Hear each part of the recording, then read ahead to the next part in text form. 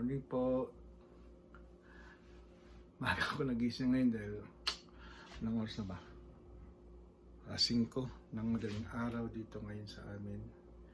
Kasi may mo-order sa aking biko na maaga at dadalhin daw sa LA. Papasalubong daw kaya bago gumising para paglutuan siya ng biko.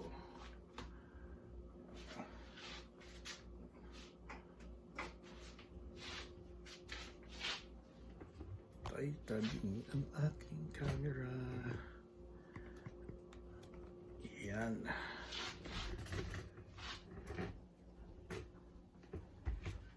Bakit tabing? So,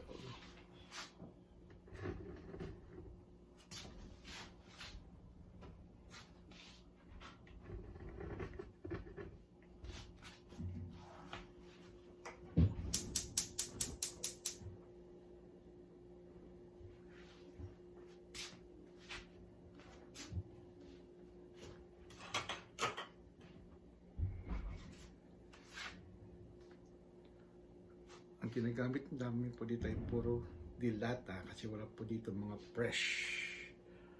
Puro deep press. Puro ano po dito mga dilatang ginagamit. Wala po mga siguro meron naman yung kailang malayo pa bibilin.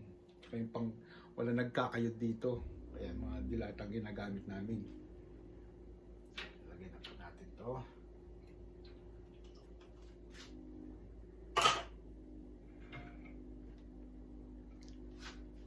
Gata. Ito po yung gata.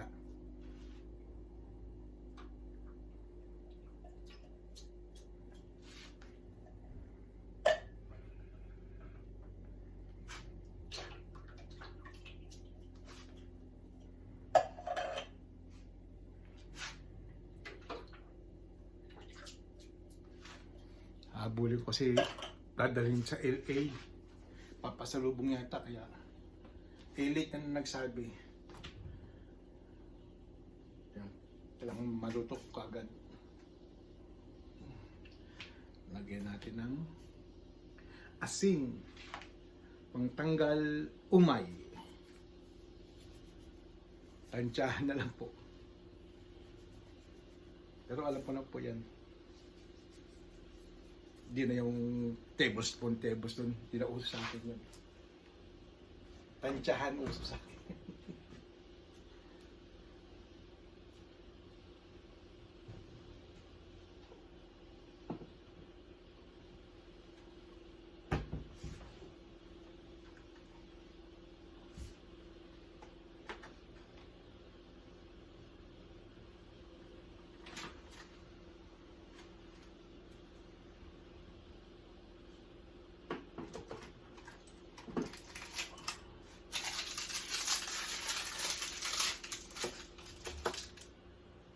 Makalat yan sa kusina kasi umaga.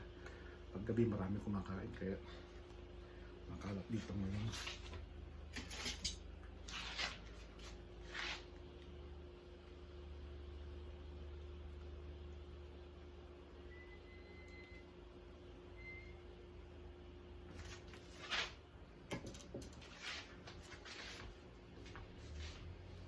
Yan po ngayon dito ngayon makalat.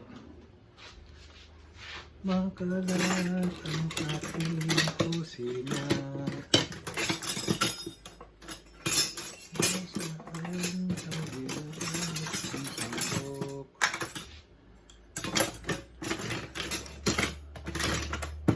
Bakit wala yung paborito kong sandok?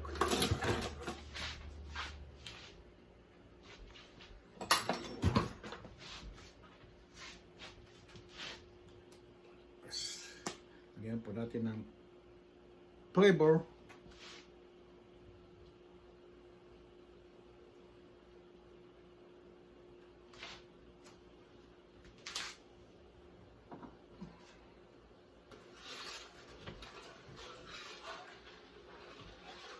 Halo-haloin.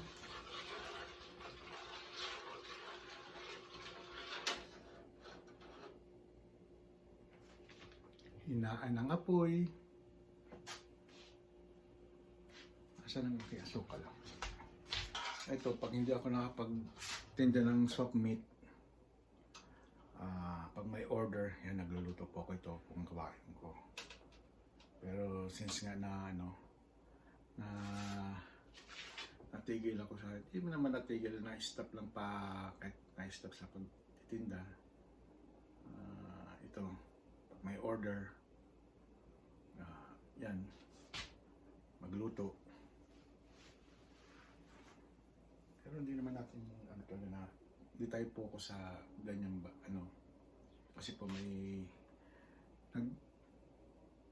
alaga po ako ng bata. Ako ang babysitter, cooker, driver.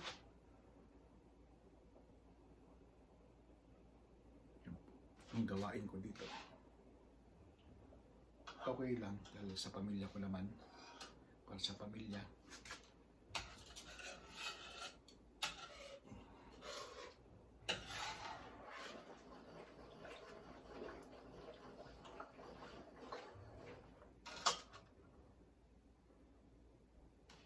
Yung pagtitinda ko sa swap meat, ano po yun, ang Sabado-Linggo lang yun, hindi po araw-araw yun, Sabado-Linggo kasi Sabado-Linggo lang ang swap meat, nagbubukas Sabado-Linggo.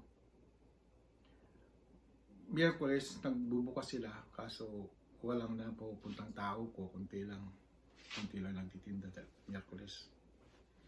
Yan nagbubukas sila, pero walang galang titinda, tapos konti lang tao pupunta. Sabado-Linggo yan ang talagang bukas ng mga swap meat dito. Kahit saan lugar dito sa US, every Saturday and Sunday, they open. Kaya pag yun lang ang aasahan mo sa buhay mo yung pagtinda. Wala kasi Sabado-Linggo lang kikita.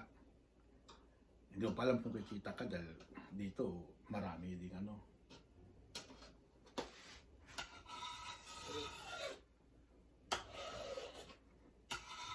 para sa dahil may edad na tayo, pang-aliw lang dahil may edad na nga tayo, pang-aliw lang yung pang makita, para ka masaya na marami ka nakikitang tao, lalo na dito tahimik po dito.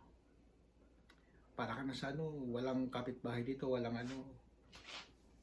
tinginan lang kayo. Yun lang dito sa lugar namin. Walang chismisan.